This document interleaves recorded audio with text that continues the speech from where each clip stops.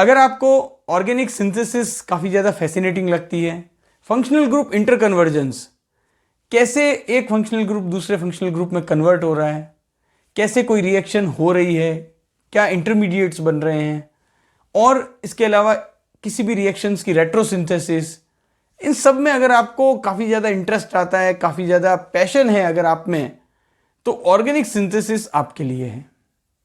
Organic synthesis R&D jobs के बारे में आज हम बात करेंगे। यहां पर मैं एग्जांपल लूंगा CRO का, कॉन्ट्रैक्ट रिसर्च ऑर्गेनाइजेशन। देखिए, कोई भी ऐसा स्टूडेंट जो ऑर्गेनिक सिंथेसिस में जाना चाहता है तो CRO उनके लिए एक बेहतरीन ऑप्शन है, क्योंकि CRO में आप ऑर्गेनिक सिंथेसिस की इन डेप्थ नॉलेज आपको मिलती है। मैंने खुद ने अपना कैरियर एक CRO से स्टार्ट किया था, जुबिलेंट बायोसिस। उसके बाद मैंने पिरामल ड्रग डिस्कवरी में भी काम किया।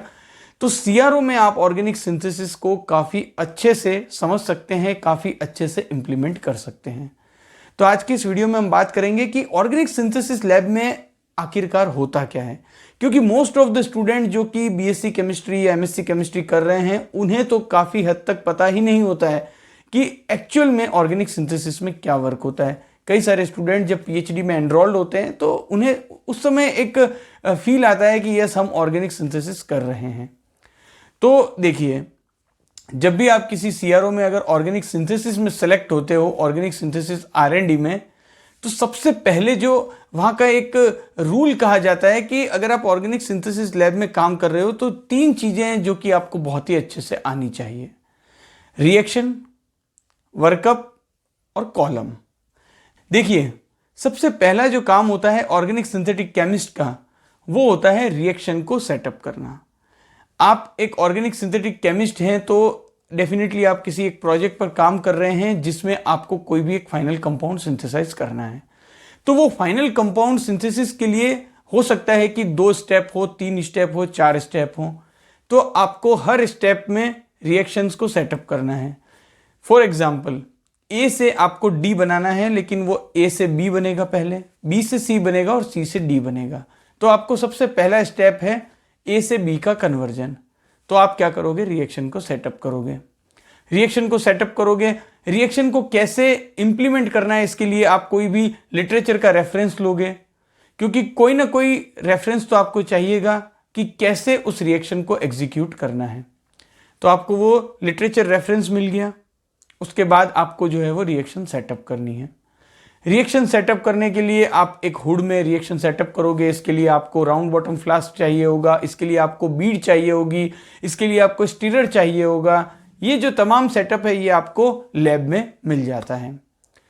आपको क्या करना है कि एक सिंथेसिस में एक कहावत है कि ऑर्गेनिक सिंथेसिस जो होती है वो कुकिंग की तरह होती है।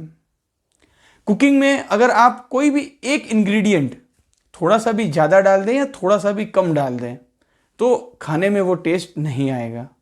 वैसे ही ऑर्गेनिक सिंथेसिस में जब भी आप कोई रिएक्शन सेटअप करते हो तो जितने भी रिएक्टेंट हैं या रिएजेंट हैं वो क्वांटिटी बहुत ज़्यादा मैटर करती है। कोई भी जो रिएक्टेंट या रिएजेंट आप रिएक्शन में यूज़ कर रहे हो वो एक्यूरेटली उतनी ही क्वांटिटी में आपको ऐड करना है। और अगर सपोज कीजिए कि कोई रिएजेंट है जो कि आपको 0 डिग्री में ऐड करना है, तो आपको ये ध्यान रखना होगा कि वो रिएजेंट मैं 0 डिग्री पर ही ऐड करूं। अगर कोई रिएजेंट है जिसे -78 डिग्री पर ऐड करना है, जैसे कि हम जब N-ब्यूटाइल लिथियम की रिएक्शंस लगाते हैं तो N-ब्यूटाइल लिथियम का जो एडिशन होता है वो -78 डिग्री पर जनरली होता है। तो आपको ये जो सारे पैरामीटर्स हैं ये ध्यान रखने होते हैं। एक ऑर्गेनिक सिंथेटिक केमिस्ट का ये जिम्मेदारी बनती है, ये ड्यूटी बनती है कि वो इन सारे पैरामीटर्स का ध्यान रखे और जो रिएजेंट या जो रिएक्टेंट जितनी क्वांटिटी में ऐड करना है उतनी ही क्वांटिटी में और उसी रिएक्शन कंडीशन और उसी रिएक्शन टेम्परेचर पर ऐड करें। तो ये जो काम होता है ये होता है रिएक्शन का। आपने रिएक्शन बहुत ही अच्छे से लगा ली। उसके बाद जो सेकंड काम होता है कि आपने रिएक्शन तो सेटअप कर लिया, रिएक्शन आपकी कंप्लीट हो गई, आपके रिएक्शन में प्रोडक्ट भी बन गया। उस प्रोडक्ट को आपको क्या करना है? वर्कअप करके उस प्रोडक्ट को क्रूड फॉर्म में आपको लाना है। तो ये कैसे होगा? ये वर्कअप के थ्रू होगा। सपोज कीजिए कि कोई रिएक्शन है जो कि मैंने DCM डाइक्लोरोमीथेन सॉल्वेंट में मैंने की है और उसमें मैंने उस रिएक्शंस में मैंने कोई कैटलिस्ट भी यूज़ किया है या और भी कोई ऐसे रिएजेंट यूज़ किए हैं जो कि वाटर सॉल्यूबल होंगे, तो मुझे क्या करना पड़ेगा, पहले उसका वर्कअप करना पड़ेगा। वर्कअप करने के बाद जो ऐसी इंप्योरिटीज हैं या ऐसे बाय प्रोडक्ट है जो पानी में जाएंगे वो तो वाटर में सॉल्यूबल होकर चले जाएंगे और ऑर्गेनिक जो लेयर होगी उसमें आपका प्रोडक्ट आ जाएगा। उसके बाद आप क्या करोगे, उस ऑर्गेनिक लेयर को इवोपरेट करोगे और उसके बाद आपके पास एक क्रूड फॉर्म में एक क्रूड जो कंपाउंड है वो आपको मिल जाएगा, जिसमें कि आपका प्रोडक्ट भी होगा और साथ साथ में कई सारी इंप्योरिटीज भी होगी। तो ये जो है वो मैंने आपको 3 थंब रूल बताए थे। रिएक्शन हो गया, वर्कअप हो गया, अब तीसरा जो है वो आता है कॉलम प्यूरिफिकेशन। ये बहुत ज्यादा इंपॉर्टेंट होता है। आपके पास क्रूड कंपाउंड आ चुका है, अब आपको क्या करना है, उसका कॉलम प्यूरिफिकेशन करना है। देखिए, कॉलम प्यूरिफिकेशन करने की एक तो टेक्निक होती है मैन्युअल कॉलम, और दूसरा होता है आजकल बहुत सारे इंस्ट्रूमेंट भी आते हैं जैसे कि कॉम्बी फ्लैश कॉलम क्रोमेटोग्राफी या बायोटेच की कॉलम क्रोमेटोग्राफी। हर लैब जो कि आज सीआरओ हैं या और भी जो दूसरी फार्मास्यूटिकल कंपनीज हैं, ये सभी जो इंस्ट्रूमेंट हैं जैसे कि कॉम्बी फ्लैश या फिर बायोटेच, ये इनके पास होते हैं। तो आपको क्या है, कॉलम क्रोमेटोग्राफी अच्छे से आनी चाहिए। जनरली जो फ्रेशर होते हैं उन्हें स्टार्टिंग के 30 या 40 डेज तक तो केवल और केवल कॉलम क्रोमेटोग्राफी ही करवाई जाती है, और वो भी खासकर मैनुअल कॉलम क्रोमेटोग्राफी। जब मैंने एज ए फ्रेशर ज्वाइन किया था तो मैंने लगभग 10 से 15 दिन तक केवल और केवल कॉलम क्रोमेटोग्राफी ही की थी। मैं जब मॉर्निंग में लैब में एंटर होता था तो मेरे सीनियर मुझे बोलते थे, टीएलसी देते थे कि टीएलसी में यहां पर अपना प्रोडक्ट है, वो मुझे प्रोडक्ट का जो स्पॉट है वो बता देते थे कि यहां पर ये अपना प्रोडक्ट है और बाकी जो है वो सारी इंप्योरिटी है, और ये टीएलसी मैंने इस सिस्टम में रन की है, जैसे कि 40% इथाइल एसीटेट इन हेक्सेन या 10% मिथेनॉल इन डीसीएम या 30% इथाइल एसीटेट इन हेक्सेन, वो टीएलसी मुझे रन करके दे देते थे।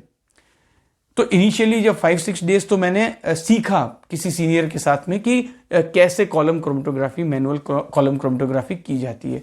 उसके बाद धीरे धीरे जब मैंने अच्छे से परफॉर्म करना शुरू किया तो जो सीनियर्स हैं उनका भी कॉन्फिडेंस आया, और उसके बाद मैंने कई दिनों तक लगातार कॉलम क्रोमेटोग्राफी ही की। तो मैनुअल कॉलम क्रोमेटोग्राफी सीखना काफ़ी ज़्यादा जरूरी होता है, और उसके बाद आप जो है वो इंस्ट्रूमेंट जो हैं उन पर तो अच्छे से आप कॉलम क्रोमेटोग्राफी कर सकते हैं। तो रिएक्शन, वर्कअप और कॉलम, ये तीनों बहुत ही इंपॉर्टेंट एस्पेक्ट होते हैं ऑर्गेनिक सिंथेसिस में। अब बहुत ही आसानी से मैंने ये तीनों जो पैरामीटर्स है वो आपको बताया कि रिएक्शन, वर्कअप या कॉलम, लेकिन जितना आसानी से मैं बोल रहा हूं उतने आसान होते नहीं है, क्योंकि हर रिएक्शन कुछ अलग होती है, हर रिएक्शन में रिएजेंट कुछ अलग होते हैं, हर रिएक्शन की कंडीशन कुछ अलग होती है, और हर रिएक्शन में कुछ ना कुछ ऐसे क्रिटिकल पैरामीटर होते हैं जिन्हें ध्यान रखना काफी ज्यादा जरूरी होता है। तो आप भी जब किसी ऑर्गेनिक सिंथेसिस लैब में रिएक्शन को परफॉर्म करोगे तो आपको ये सारे चैलेंजेस जो है वो फेस होंगे। ये डे टू डे लाइफ में एक ऑर्गेनिक सिंथेटिक केमिस्ट को जरूर फेस होते हैं।